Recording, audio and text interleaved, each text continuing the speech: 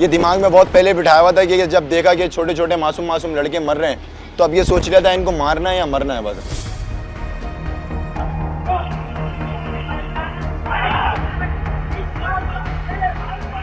इतने फासले में मैंने कलमा पढ़ लिया था कि इनको जाने नहीं देना, भले बस अब अल्लाह पर छोड़ दिया था सब कुछ।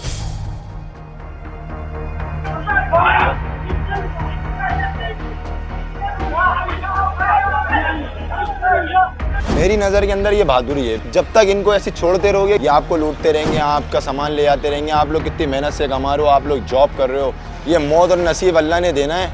और जिस गोली पे आपका नाम लिखा हुआ है गोली आपके जिस्म में जानी है, इनसे डरना नहीं है।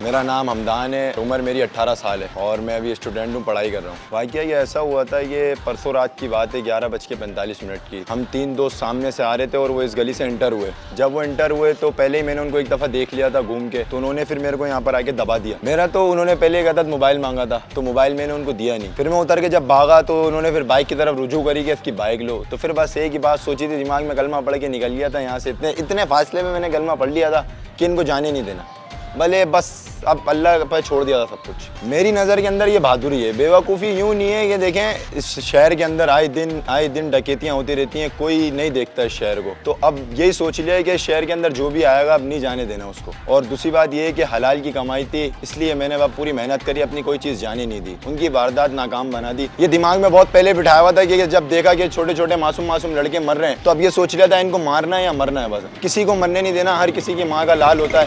अब ऐसे मैं भी था कि मैं मर जाता तो वो देखी जाती, मगर पहले इनको जाने नहीं देना था, इनसे लड़ना था। ये 3 डकैत थे, इनके पास 2 असले थे, एक असली था और एक लाइटर था। नहीं, मेरा कुछ भी नहीं लूटा उनका। मेरे पास एक बाइक और वेपन आ गया था उनका, जो मैंने एक अदद थाने में जमा करा दिया। और जो उनकी बाइक थी वो सरजानी थाने की थी, चोरी की। तो जब वालिद साहब के पास गया तो वालिद साहब का गुस्सा बहुत अवर हो गया था। वालिद साहब ने बहुत डांटा मुझे कि ये तुमने क्या करा, तुम्हें सब कुछ दे देना चाहिए था। मेरी वालिदा भी रो रही थी, फिर सब रो रहे थे। जब रो रही थी वालिदा, जब उनको चुप भी कराया, फिर ये भी समझाया कि देखो चीज़ बच गई, मैं भी बच गया, चीज़ भी बच गई, आप खामोश हो जाएं। जब तक इनको ऐसे छोड़ते रहोगे ये आपको लूटते रहेंगे, आपका सामान ले आते रहेंगे। आप लोग कितनी मेहनत से कमा रहे हो, आप लोग जॉब कर रहे हो, वो आपसे ले जाते हैं खुशी खुशी सब कुछ। वो इतना खुश होते हैं, आप बैठ के क्या थाने में जाते हो, FIR कटवाते हो, वो नहीं मिलता फिर आपको। ना मोबाइल मिलेगा, ना पैसा मिलेगा, कुछ भी आपको रिटर्न होता है। आज तक हमने ये नहीं सुना है किसी का सामान किसी को रिकवर हुआ। अगर एक शख्स भी मेरे साथ खड़ा होता, एक शख्स ही मेरे साथ कंट्रोल करता कि इसको पकड़ ले। क्यों वहाँ पर जब मैंने उनको कोने में काबू करा हुआ था, उनका कोई तीसरा बंदा, कोई चौथा बंदा नहीं था, वो अकेला मेरे साथ था। अगर एक बुजुर्ग भी यहाँ पे अंकल, जवान लड़के भी खड़े हुए थे, आके साथ देते